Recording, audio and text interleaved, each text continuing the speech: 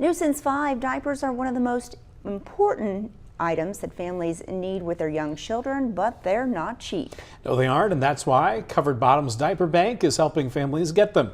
WGEM's Zeke Shapiro is live at West Central Child Care Connection in Quincy to explain how the organization is assisting families with this problem. Zeke? Daniel, Raja, since the pandemic, the price of disposable diapers has gone up by nearly 50% according to the National Diaper Bank. Now, with prices rising across the board, diapers are just one of the problems that are facing American families, but organizations like the Covered Bottoms Diaper Bank is helping alleviate that problem. Of all the materials needed for taking care of infants, diapers are at the top of the list.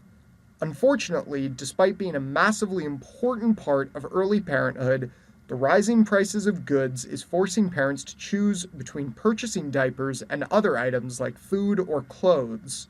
Price of everything, groceries and gas, it's difficult for families to survive, and so this is just a little boost for them every month that can help them with all of their expenses.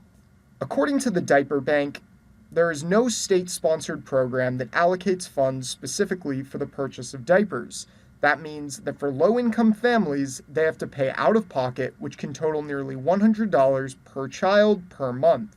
However, the Covered Bottoms Diaper Bank is doing something about it. Despite being based in a smaller community like Quincy, over the past 4 years, the organization has received a mind-boggling 500,000 donations of diapers.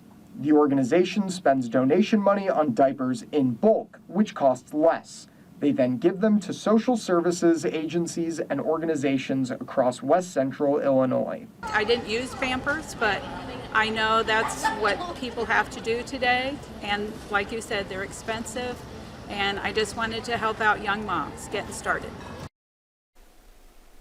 The organization started 24 years ago, and since it started doing its diaper drives, it has continued to break its personal records for monetary donations and diaper donations. Daniel?